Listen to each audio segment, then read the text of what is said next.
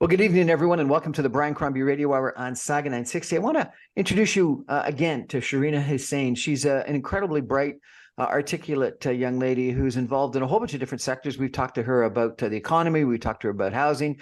We talked about transportation infrastructure. And I think today we're going to focus on change in infrastructure and transportation. She is a global thought leader in infrastructure. She's a lawyer. She's an advisor to new partnership and sustainable finance models. And she's now the chief operating officer on a fractional basis to a firm in the transportation infrastructure area. A very knowledgeable person. She's taught at university, and she's been on my show before talking about some interesting topics. Sherena, welcome back to the Brian Crombie Radio Hour. Thank you so much for having me, Brian. Thank you for coming. So you said you wanted to talk a little bit about change in the infrastructure sector of our community. Tell me a little bit about what that topic is, sir. Ma'am. Well, I'm sure many of your listeners have been identifying that a lot of the different transportation that they're used to, whether it's road, whether it's public transit like buses or even aviation, it's changing.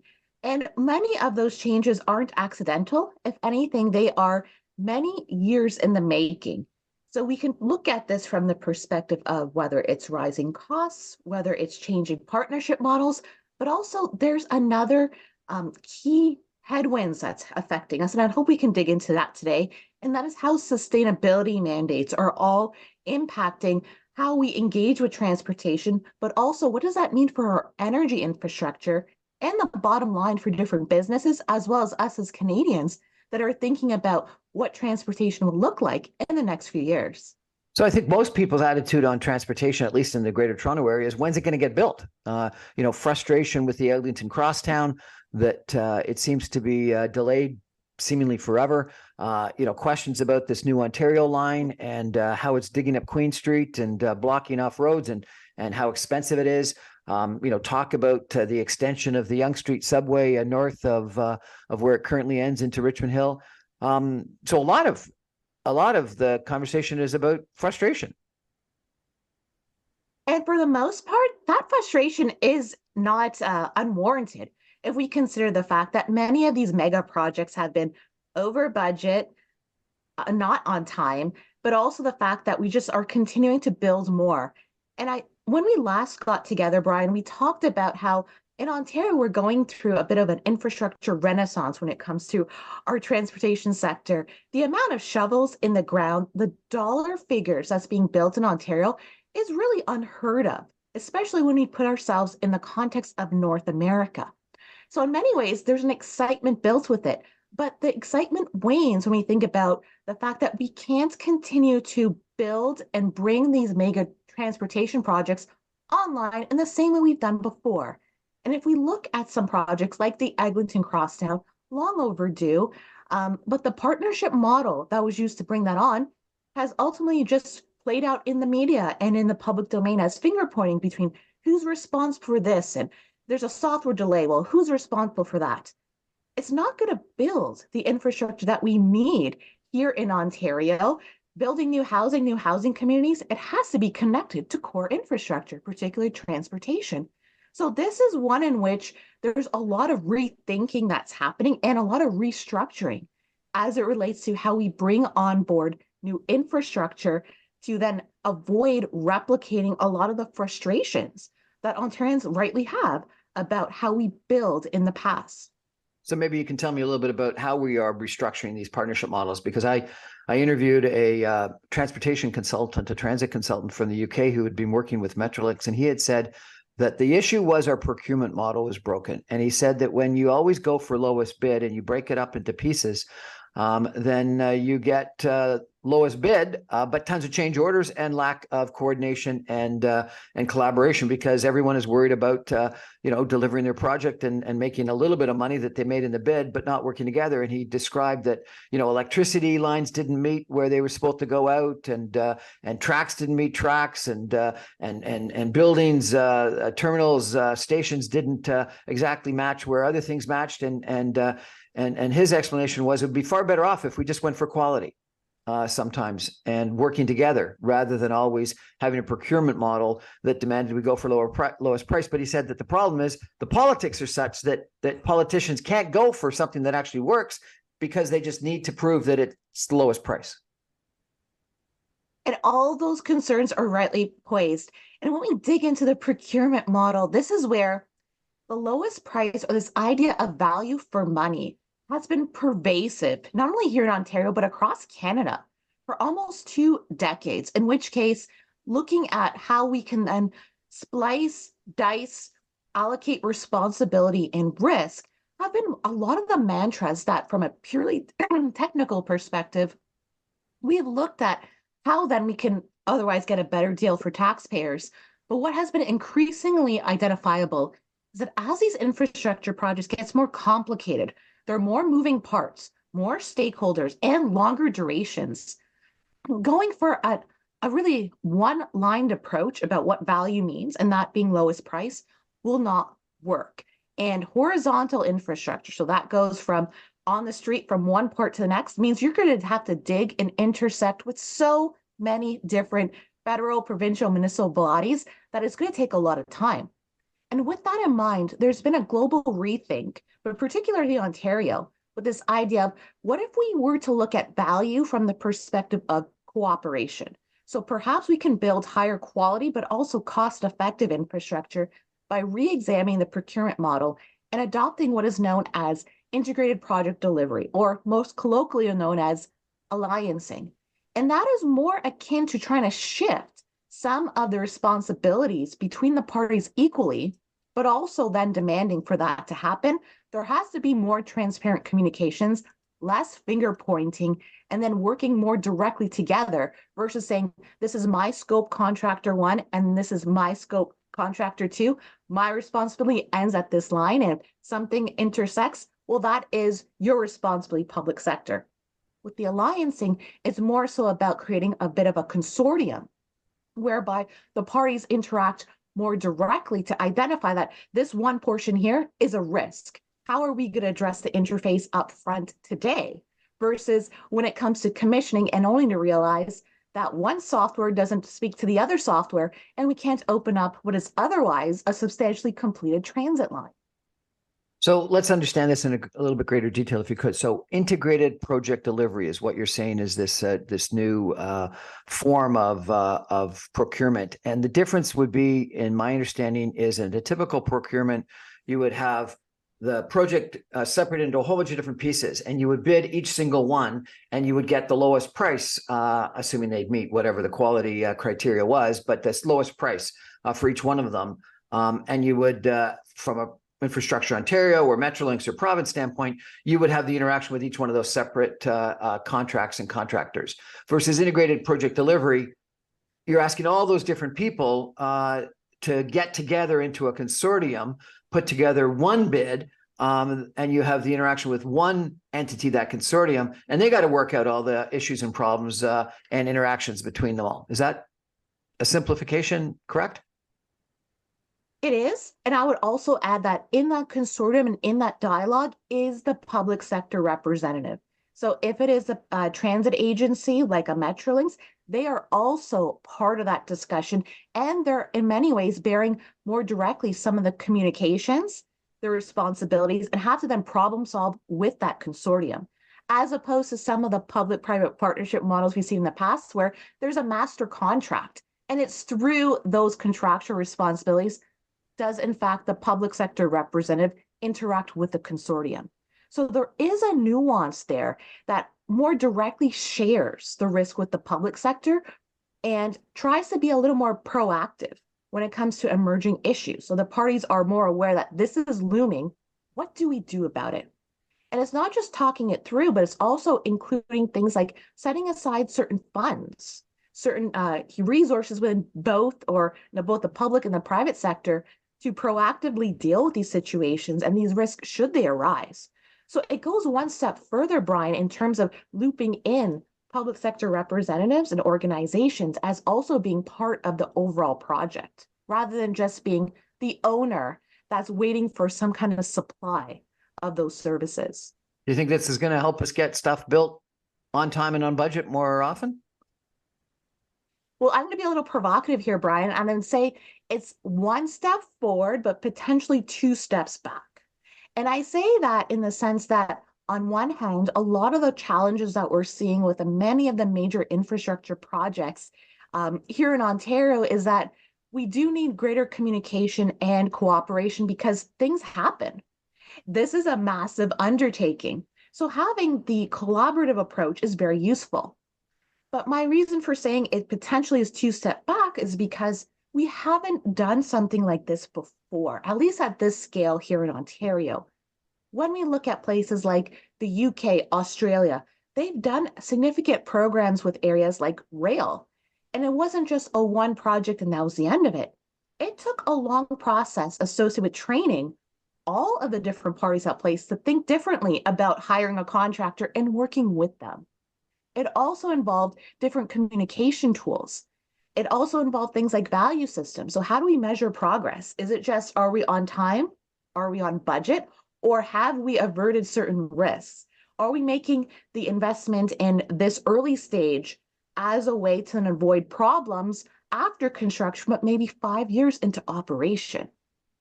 And it's those items, Brian, that takes us from just thinking about this as a procurement model to more along the lines as a systems-based approach to building infrastructure. And a lot of the research that I've been engaged in, but also a lot of academics in major infrastructure builds out, has been of the opinion that we can try tweaking little aspects of, say, procurement or contract law, but holistically, we may not get the outcome that we want. Rather, we're going to have to look at a whole host of changes, like how do we train public officials when it comes to dealing with major infrastructure? How do we communicate with the general public? And what it means to say, well, if we're going to have a 2-year construction delay, are we proactively thinking about traffic mitigation and alleviation measures as a consortium rather than just saying, oops, sorry, you're going to have to continue with this detour for another 2 years until we figure it out? And that is a more conscientious approach. But right now, our procurement models haven't really graduated to looking beyond just, say, one party here in the construction industry, rather than realizing that this requires different facets of government and the private sector to rethink and work together differently. Well, I got to tell you, I think it's critical because, those people along Eglinton that had to deal with that Eglinton crosstown that went on and on and on in construction, and the cement, the concrete breakers or whatever they're called, that were jackhammering all night long, all day long. The detours, the fences, the construction vehicles, the incredible delay. It's just something that tries people's patience to an incredible degree. Anyway, we got to take a break for some messages. We'll be back in 2 minutes with Sherena Hussain talking about transportation infrastructure and how we got to improve things in the Greater Toronto area. Stay with us, everybody. Back in 2.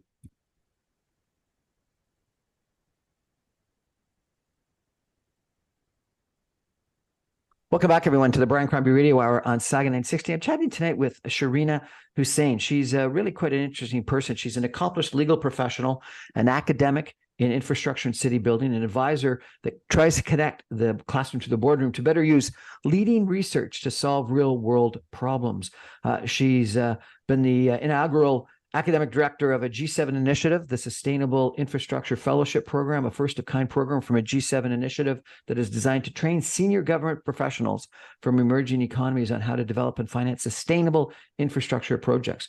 She's also the Employment and Entrepreneurship Task Force lead for Values 20 in the lead up to the India's presidency in the G20, and as a supporter of several G20 programs. She's practiced tax law at McCarthy Tetro LLP, and she's worked on numerous complex and leading commercial deal structure, infrastructure, and large-scale commercial real estate projects. She's also worked in Infrastructure Ontario.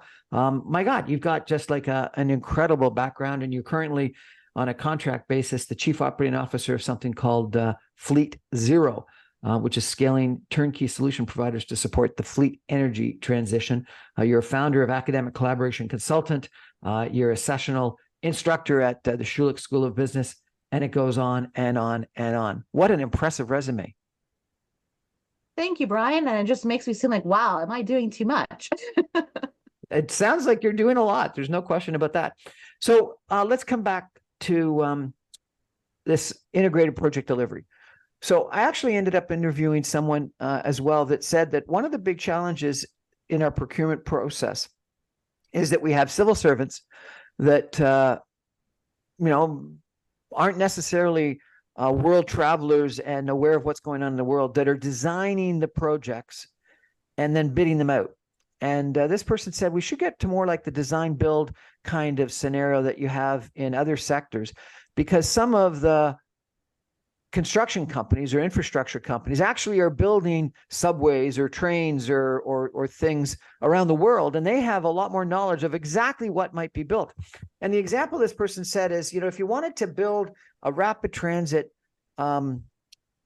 connection between Los Angeles and Sherman Oaks, rather than having the civil servants say it's either got to be something that goes over the Hollywood Hills, or it's got to be something that goes through the Hollywood Hills, or whatever, it's best to put forward your objective and let the private sector experts that travel around the world, that work around the world, that design around the world, that interact around the world, to come back with the potential solutions and bid on those potential solutions in a sort of design build kind of scenario.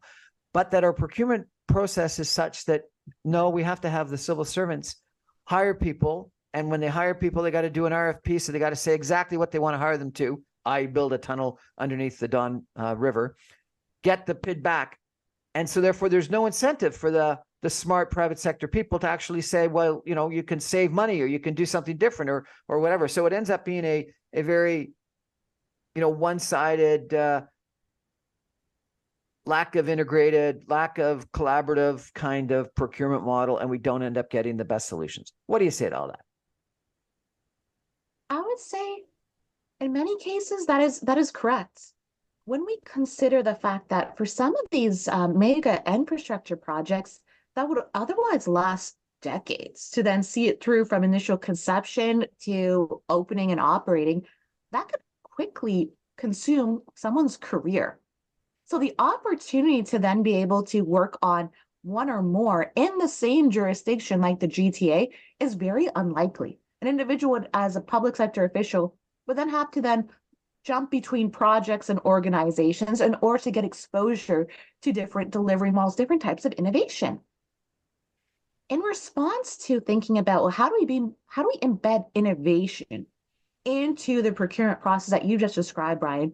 That's where there have been attempts to do so, even here in the GTA, although they haven't been quite successful for a lot of different reasons. So let's use the example of what you just described about, well, what about changing the location of, say, an overpass based upon what may have worked in, say, South America or maybe Western Europe? And let's try that, because for the most part, the very strict scope of work process in an RFP doesn't really give much points to innovations outside of, say, a 20% design that the public sector has put out to bid.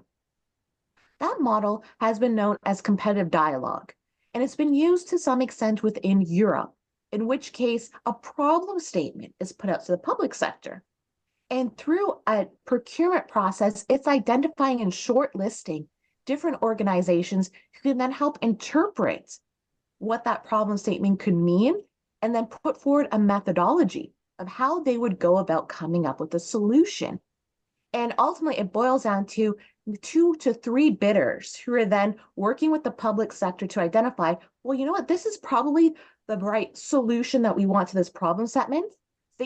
Let's build out a scope of work and only invite those 2 or 3 bidders to then bid on price.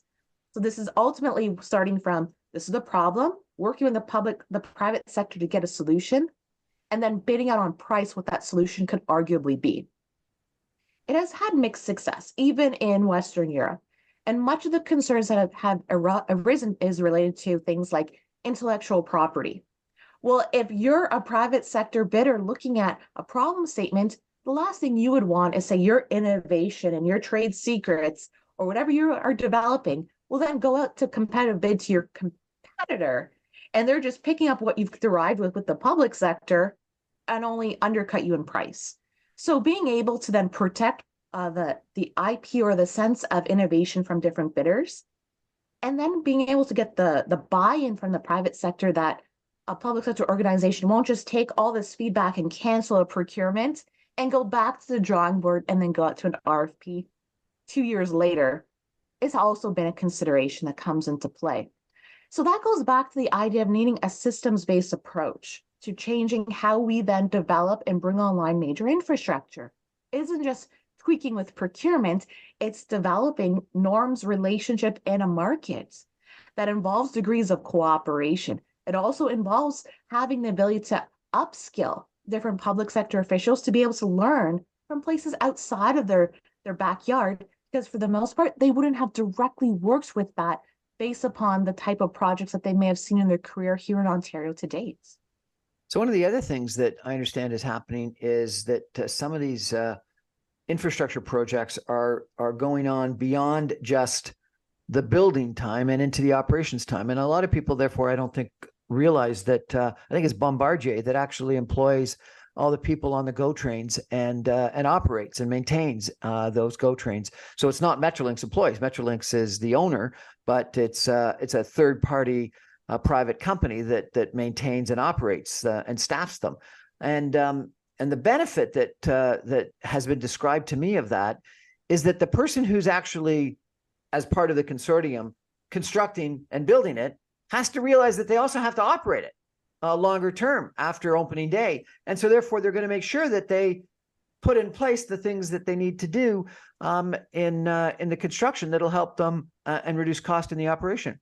I ran into this recently in a seniors facility that I'm involved in, and the operator that was going to take over once it opened said, "You got to involve us in the design stage and in the construction stage, because if you don't, there's going to be things the architect wants and the contractor wants that are going to mess us up big time in the operation that's going to cost us more. And so let's make sure that we've got the things in place day one, or frankly, before day one, so that we can operate efficiently, effectively, and safely after day one." And that was brilliant, and it made sense in the seniors home. And so it sort of made intuitive sense to me in designing and building a GO train line or a subway line.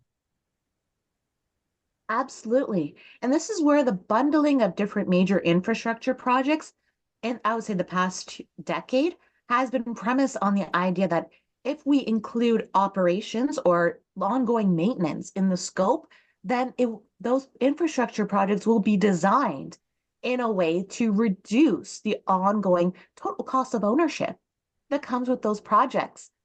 And this is where things take an interesting turn when we look at transportation, because in some instances, there may not be the flexibility to turn over operations to a third party. That could be on the basis of a unionized environment, for example. It could be on the basis that there might be political considerations, or even the fact that the operations of different organizations might be more efficient in the public sector than the private sector. But that doesn't necessarily mean that those potential operators can't be involved and offer feedback or even be consulted in the design stage. And often we find that's where some of those large scale infrastructure projects tends to fall apart, is that there are so many different stakeholders that are affected by it and could ultimately offer strategic feedback to make sure that we are addressing the long ongoing life of these infrastructure projects, 40, 50, 60 years in many instances. You want to be able to understand what could be the impact of, say, placing a door in one location versus the other. It may not have a functional program consideration. That, Brian, is a fine line to walk, and it involves stakeholder engagement.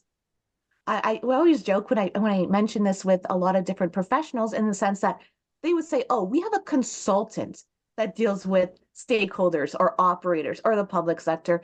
It's not our concern. We're just designing. We're going to leverage our engineers to then bring this online. Someone else has to deal with that." But for the example you just mentioned, Brian, that's often not enough.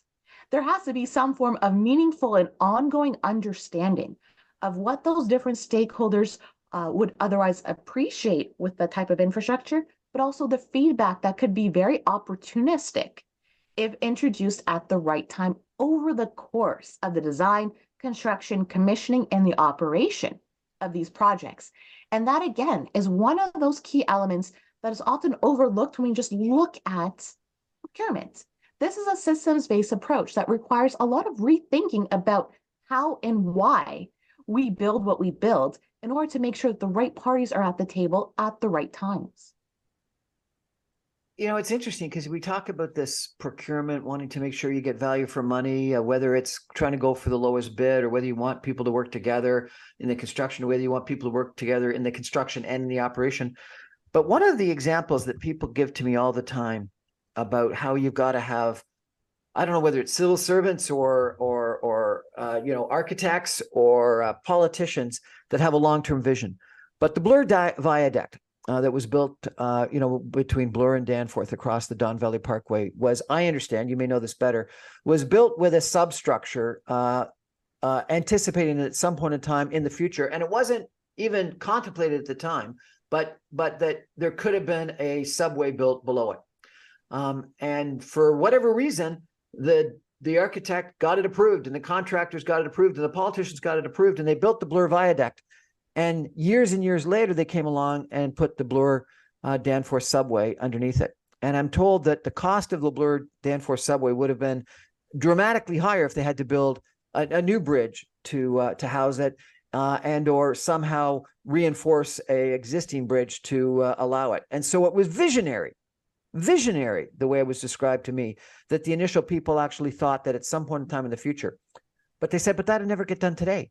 Because today people would say, well, that's stupid that you're building something that you don't even know if you're going to build in the future. And so it would never get built. But obviously that person was visionary, whoever it was, the engineer, the architect, or the politician that approved it. How do you make sure that people are visionary when we've got such a political orientation and a economic orientation to lowest cost?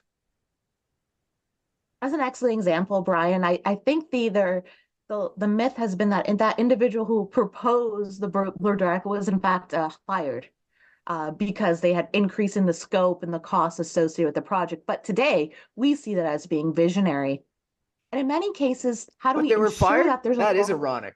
That's what I understand, but I have not been able to really substantiate that through the research. But that's the message we often get in the public policy dynamic.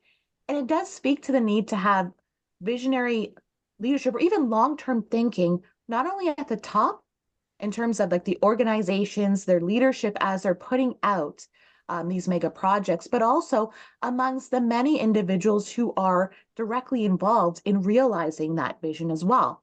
A really good testament to what we're seeing this, from the top and from the bottom approach is in the energy transition. So a lot of the major infrastructure that's needed to help support, say, the movement towards net zero vehicles by 2035 in places like Ontario requires a significant investment in strategic infrastructure, not only transportation, but also within our energy grid.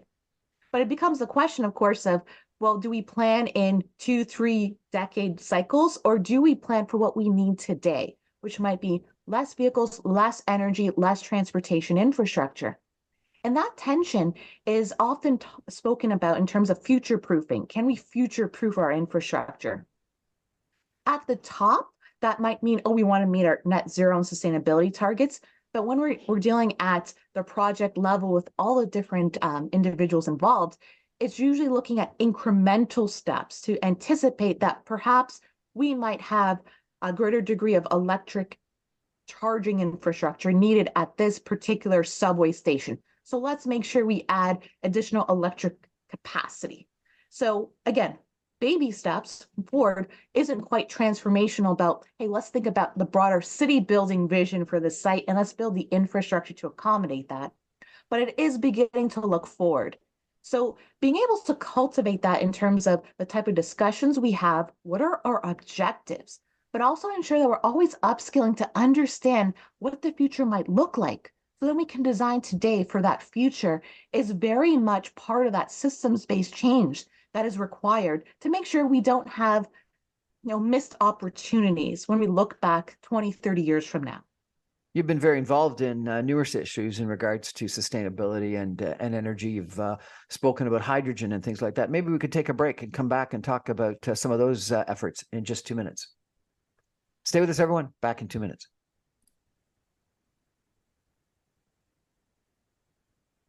Welcome back, everyone, to the Brian Crombie Radio Hour on Saga 960. My guest tonight is Sherena Hussain, who's really quite a knowledgeable, experienced individual. She's a lawyer. She's an academic. She's a private sector executive. And Sherena, let's talk about environmental issues for a second. You've been talking about sustainability. You've been talking about hydrogen, which I was surprised at when I read some posts about that. And, you know, I think a lot of people intuitively like the idea of us doing the right things in regards to fixing up our environment, dealing with climate change, you know, having enough electricity for electrical cars. But then when they think about the cost of it all and the practicality of it all, they wonder, you know, what the heck are we going to do? How are we going to end up producing enough electricity to power all these electric cars? And how are we going to get rid of coal plants, oil plants, natural gas plants, etc.? What's your answer to people when they wonder whether this is all possible? And, you know, I think they think it's needed, but can we afford it? My response is often, this is a transition. It's going to take time. And with that means that looking at what we can do today and also road mapping for what this could look in the future is often the approach to do so in a way that's cost effectively, but also is able to align with our other objectives. So sustainable objectives, but also the fact that for many of us, it's making sure that we're able to keep our vehicles on the road. We're still able to get to work on time and those elements. When I often get questions about, well, we shouldn't even bother. It's too complicated. It's too costly. We'll deal with it when we deal with it. My response is often, well, there comes a point where it's actually going to cost you not to deal with it. And we see this when certain risks arise, whether it's extreme weather events, whether it's significant smog days that affect your workforce. Eventually, it does hit the bottom line. However, to wait until that time happens will make it even more costly and difficult to address it. So my response is, at the transition, we can all make steps today to get to where we want to go tomorrow. To understand that you spoke at something called Hydrogen, Powering Ontario's Energy Transition and Economic Development. And the discussion, you say, dug into the role of hydrogen in Ontario's energy transition, advancing net zero goals and catalyzing economic growth across energy generation, transmission, and core demand groups, including transportation, industrial, and buildings. And you already also explored solutions to collaborate to bridge solutions that are also affordable for Ontarians. Hydrogen? What the heck has hydrogen got to do with all of this? Understandably, why hydrogen? But however, when we stop and think back to the fact that in a place like Ontario, we have so many different industries that rely upon different power and heating sources. And for the most part, we have entrenched infrastructure that allows manufacturing, allows heavy duty trucking, for example, to operate the way that it does. For us then to think about electrifying that 100% could mean that either one, it can be very costly because we're building new types of infrastructure on top of what we already have, or alternatively, two, it might otherwise leave out a lot of resources and value added services we already have here in Ontario. It's that mindset that has led to many across the globe, including here in Ontario, to start thinking about, are there different energy sources that are available to help us reduce our carbon footprint? But also we have access to different types of infrastructure to scale them up in different use cases. That's where hydrogen enters the picture. And we could use the example of, say, public transport as an example, whereby in Canada, it gets really cold and we tend to drive long distances. So relying upon certain battery electric technologies in minus 20-degree weather might mean that we just don't have enough range for those vehicles today to power us to get from point A to point B. Hydrogen as a fuel source. Hold it. Before you go on, explain that, because I don't think a lot of people realize that what ends up happening in cold weather is battery life is reduced. Is that correct? Yes. In fact, that's part of the challenge I had this morning in terms of making sure I could get my electric truck out to make the journey this morning. So yes, Our current battery technologies used here in North America are ones that are highly susceptible to fluctuations in the temperature. So when it's cold in colder climates like here in Ontario, on certain days, we might find that the efficiency of that battery might be lower. So for example, in my electric truck, I can have a range that's in several hundred kilometers once it's sitting at 100% in, say, a nice warm day. But when it's a bit colder, it can drop up to 20%, even though I fully charge that vehicle. And that's because the battery chemistry works differently and less efficiently in cold climates. When we think about, say, adopting electric vehicles in places like California, that might not necessarily be their consideration. But up here in more northern climates, that's a real consideration. Once we add things like heating our vehicle, driving longer distances on a highway versus start and stop, we might not necessarily get the range that we anticipate with that electric vehicle. And in certain places and certain uses, that can cost you money, like on a delivery fleet or long haul trucking. Well, you can't necessarily wait for that battery to get very low and hope for the best. You have to still make sure those vehicles are on the road getting the job done. Well, there was a And story that has last year in the resulted. UK where there were a whole bunch of electrical vehicles that were stranded because people didn't realize that because they never dealt with or rarely dealt with cold weather and didn't realize that their ranges would be reduced significantly. Sorry, I interrupted you then. You were going to talk about hydrogen as a potential solution. Explain that if you could. Yes. And that's where there's the rethinking about, well, are there different types of propulsion technologies that exist that can still help us reduce the carbon footprint, but in some of those heavier use cases that you really cannot rely upon fluctuations in the temperature to hope to get you to where you need to be, that can offer you the reliability, but also the cost effectiveness of doing so. And that's where hydrogen enters the picture. We're seeing in places like Alberta, where they're beginning to realistically rethink battery electric as well as certain hydrogen fuel cell vehicles in a fleet to deal with the fact that there might be longer, more severe duty cycles, as we call it, paired for those that are more like short haul and battery technology, whether it's minus 50 or 20 degrees Celsius, it'll be more reliable to then address in those routes. So that is part of the transformation we're seeing in the discussion about the role of hydrogen, at least in transportation.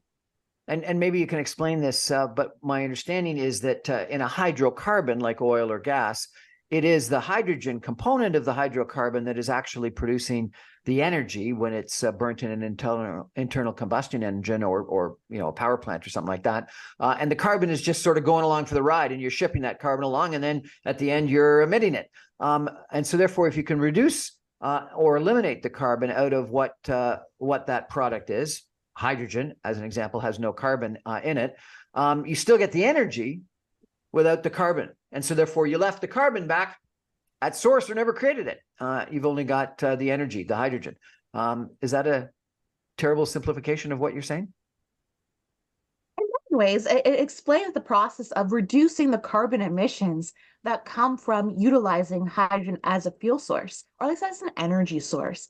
And this is if we start thinking about perhaps hydrogen as a byproduct of certain chemical processes, and then being able to use that hydrogen elsewhere, then holistically, we have the benefit of using our electricity more efficiently without having the byproduct of significant carbon. And in theory, that's where we see the opportunity set that comes with hydrogen. But in many cases, there's different what we call colors of hydrogen, in which case how you produce that hydrogen can also have a carbon footprint. So you have to also think about that entire value chain to get that outcome. But I think it is interesting because from my understanding is before World War II, most of our streetcars around North America actually ran on ammonia, which, like hydrogen, doesn't have any carbon in it. And so when the streetcars were operating with an internal combustion engine modified to work on something other than a hydrocarbon, they actually didn't produce any carbon. And so therefore we had streetcars all over North America that were operating on ammonia without producing any greenhouse gases. And that is part of that process of looking at this as a transition. there are a lot of different propulsion technologies that exist. Technologies is advancing very quickly, whether it's in battery technology, whether it's in hydrogen, or even other renewable natural gas sources. So ultimately, it's looking at if our objective is to reduce our carbon footprint with, say, energy and transportation, which is what we ultimately do at Fleet Zero. It's developing a roadmap and helping implement those solutions in a way that's more pragmatic based upon what's available, what the uses are, but also how we do so cost effectively. And that's where we are at the industry. We're at that inflection point that it isn't just aspirational. We want to reduce carbon footprints, we want to be sustainable, but rather, can we stand up a business case with what exists in the technology space, but also in a way that works with our bottom line in our operations today? So, in some ways, I'm very optimistic about what this could look like in places like Ontario, because we're now in that environment where we're more open to different technologies. Sherena Hussain, thank you so much for joining us and illuminating a lot of these issues in regards to infrastructure, construction, integrated project delivery. We talked a little bit about design build. We talked about civil servants that have got to have, or politicians or designers that have got to have vision, even if maybe there's a threat of them being fired, but they got to have vision and think about the future, and about how we all got to think about how we build some of these systems, all of these systems, to hopefully be energy efficient and sustainable in the future. What a really broad discussion that we've had. Thank you so much for raising some of these concerns and providing some of the solutions. Really appreciate it. My pleasure. Thanks for having me, Brian. If people want to follow you, is there a LinkedIn or a Twitter or a website they should go to ensure that they're up to date on all of your thinking? Absolutely. So please reach out to me on LinkedIn. I have that profile. I'm more than happy to keep the conversations going. Sherena Hussain, thank you so much for joining us. We're going to take a break, a final break, and I'm going to come back with some of my own concluding comments in just 2 minutes. Stay with us, everyone. Sherena, thank you so much.